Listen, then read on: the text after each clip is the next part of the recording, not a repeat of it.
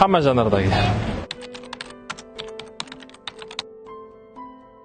Kitob o'qishda eng boshlanishi maktab davrida bo'ladi. Xudoyberdi To'xtaboyevning Sari devni minib degan kitoblari o'sha paytda juda katta ta'sir qoldirgan. Hoshimjon obrazi o'sha paytdagi birinchi bizga ta'sir qilgan badiiy asar mening hayotimda o'sha. Bilasizmi, hozir juda kitob ko'p, ayniqsa boshqa davlat, boshqa tillardagi kitoblarni tarjima qilib bosishyapti.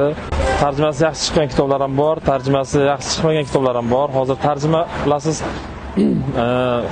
turli xil dasturlar asosida kompyuterda tarjima qilib ham kitobda bosishyapti. Buni ochiq aytishimiz kerak. Shuning uchun yoshlar birinchi navbatda o'zini yoshiga mos kitoblarni yaxshi o'qishi kerak.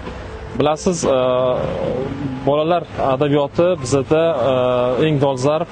Yangi hozir yozilgan bolalar adabiyotlarini afsuski men hozir ayta olmayman, lekin maktab darsliklaridagi barcha mana shu bolalar adabiyotlari bizning davrimizda, misol uchun Anvar Obidjonning asarlari, yuqorida aytganimizdek Xudoyberdi To'xtaboyevni va mana yuqori sinflarimizda Sharof Boshbekovning asarlarida, O'tkir Hoshimovni, undan keyin Said Ahmad, Abdulla Oripov, Erkin Vohidov umuman o'zlari yoshlariga nisbatan shu o'zbek adabiyotlarini mukammal borirish kerak. O'tkir Hoshimovni barcha asarlarini qayta o'qiymiz. Odil Yoqubovni, Said Ahmad, shu bilan birgalikda Pirpir Qodirovning asarlarini men yoshligimda o'qigandim, hozir yana qayta o'qiyapman.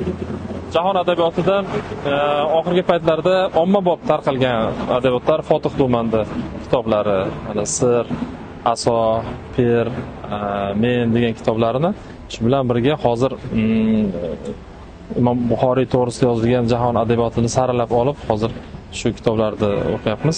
Umuman olganda o'zbek adabiyotiga, bolaligimizdagi kitoblarga qayta baribir qaytib o'qiymiz. Men uchun kutubxona bilimlar maskani, ilmlar maskani. Eng tinch joy, eng xoli joy.